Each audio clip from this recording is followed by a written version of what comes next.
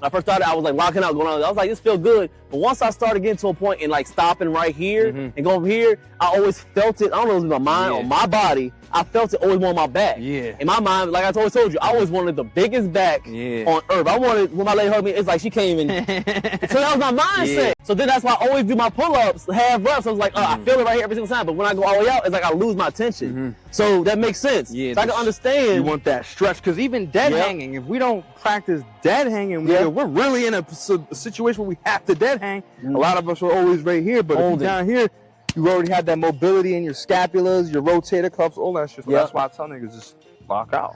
I've been trying to implement them more. I've always been. I try to say trying. I will. Like look at doing both, do the half rep and doing. Some days doing half, some days doing the all the way out, all the way up. Like look at men like Michael Hearn. He always locks out. He's strong as fuck, bro, and he's in his 50s. Strong. This nigga's incline is 5'10". That's a lot. But he says you got full range of motion.